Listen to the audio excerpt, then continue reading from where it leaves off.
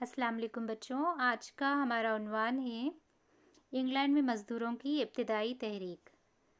सन्नती इनकलाब यानी कि कारखानों की तादाद में तेज़ी से इजाफ़ा होना। सन्नती इनकलाब जहाँ कई मुस्बित तब्दीलियाँ लाया, वहीं पर क्या हुआ, मज़दूरों के लिए ये एक नुकसान का बायस बना। साल 1876 में फ़्रांस के हालात। ये जो लाल रंग आपको दिखाई दे रहा है वो फ़्रांस को ज़ाहिर करता है। इसी का पड़ोसी मुल्क है इंग्लैंड, जो ऊपर नक्शे में दिखाया गया है। ये जो तस्वीर आप देख रहे हैं ये उस वक्त के फ़्रांस के हालात को ज़ाहिर करती है, किस तरह वहाँ पर गरीबी फैली हुई थी। इसे मुसव्विर डोरे ने अपने पेंटिंग्स में दिखाया है। साल 1799 से 1794 तक फ़्रांस के सियासी रुझानात जो थे वो सारी दुनिया पर असर अंगेज़ रहे, जिनमें आज़ादी, मसावत और अवामी भाईचारा है। सनती इनकलाब की वजह से मज़दूरों में अदम इत्मीनानी और नाखुशी पैदा हो गई। कारखानों में एक ही तरह के काम को बग़ैर किसी वक्फे के सख्त निगरानी में अंजाम देना रहता था। अगर वो लोग थक गए या रुक गए मज़दूर तो उन्हें कड़ी सज़ाएं भी दी जाती थी।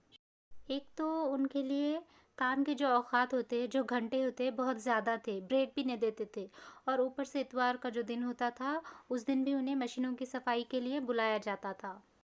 औरतों और बच्चों को ज़्यादा तादाद में मशीनों के काम पर रखा जाता था, क्योंकि उन्हें उजरतें कम देनी पड़ती थी।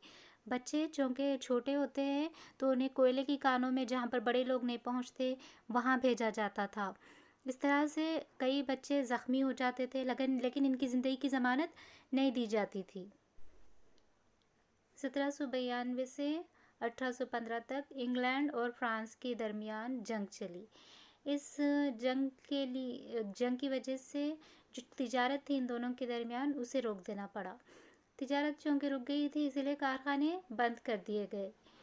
कारखाने बंद करने की वजह से क्या हुआ, हर चीज़ की कीमत में इजाफा हो गया। रोटी और गोश्त भी लोगों को मिलना बहुत मुश्किल हो गया था उस वक्त।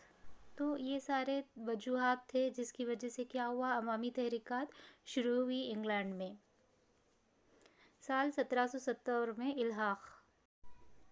इल्हाक का मतलब है वो अमल जिसके तहत सैकड़ों छोटे खेत बड़े ज़मींदारों के बड़े खेतों में शामिल किए गए, जिसकी वजह से छोटे किसान जो थे वो लोग सन्नतों का रुख करे, खेती से सन्नतों की तरफ गए। वहाँ पर उस वक्त कपड़ों की सन्नतें ज़्यादा थी तो दस्ती करघे चलते थे, लेकिन दस्ती करघों की जगह उस वक्त कौन ले लिए, पावर लूम्स यानी कि कपड़े बनाने वाली मशीन ले ली।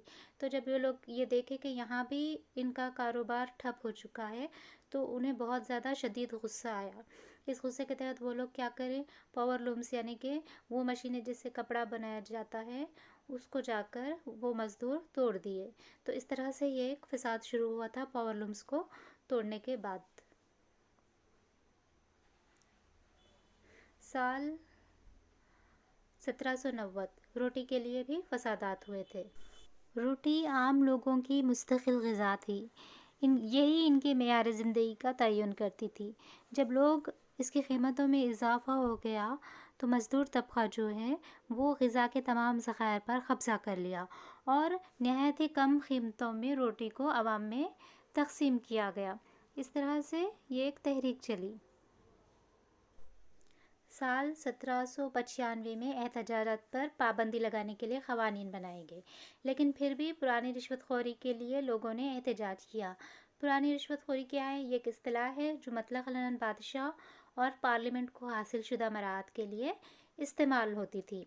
तो क़वानीन बन गए थे एहतजाज नहीं करना बल्कि, लेकिन फिर भी आवाम क्या करे, एहतजाज किए पुरानी रिश्वतखोरी के ख़िलाफ़। इसी तरह से कॉर्न लॉस है जिसके ख़िलाफ़ आवाम ने तहरीक चलाई, एहतजाज किया। कॉर्न लॉस के मुताबिक सस्ती ग़िज़ाई दरामदात को इस वक्त तक रोक के रखना जब तक कि बरतानिया में इनकी कीमतें ना बढ़ जाए। तो इसकी वजह से क्या हो रहा था, रोटी की कीमत में इजाफ़ा हो रहा था, लोगों को आसानी से दस्तयाब नहीं हो रही थी रोटी, इसीलिए लोग क्या करें, इसके ख़िलाफ़ भी एहतजाज करें। तो इंग्लैंड में ये जो मज़दूरों का एहतजाज था वो 1840 तक इसी तरह से जारी रहा।